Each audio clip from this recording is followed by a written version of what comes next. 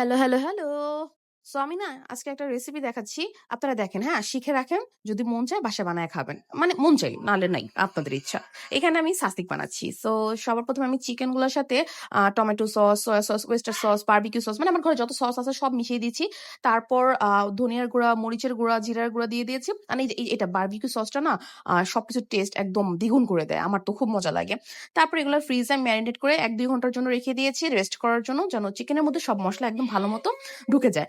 এরপর আমি আমার যে ভেজেস গুলো নিয়েছি সেগুলো তো একটু ধুই, একটু লাল মরিচ গুঁড়া, একটু গোলমরিচের গুঁড়া দিয়ে ওদেরও আমি মেরিনেট করে দেন সাসলিকের কাঠির মধ্যে এই যে 1 বাই 1 অ্যাসেম্বল করে নিচ্ছি।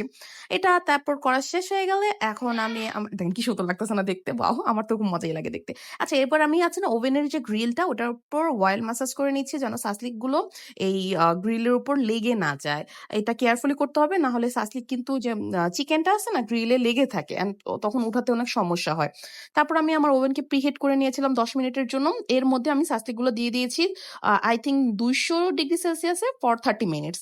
আর মাঝখান থেকে ১০ মিনিট পর, পর আমি সাসলিকগুলো ওপেন করে মানে ওভেনটা ওপেন করে এর মাঝখানে অয়েলিং করছিলাম সস দিয়ে, দেন অয়েল দিয়ে একটু পরপর ব্রাশ করে দিয়েছিলাম যাতে সাসলিকগুলো একটু জুসি হয়। এই হয়ে গেল আমার সাসলিক। বাসায় বানায় খায়েন, অনেক মজা হয়।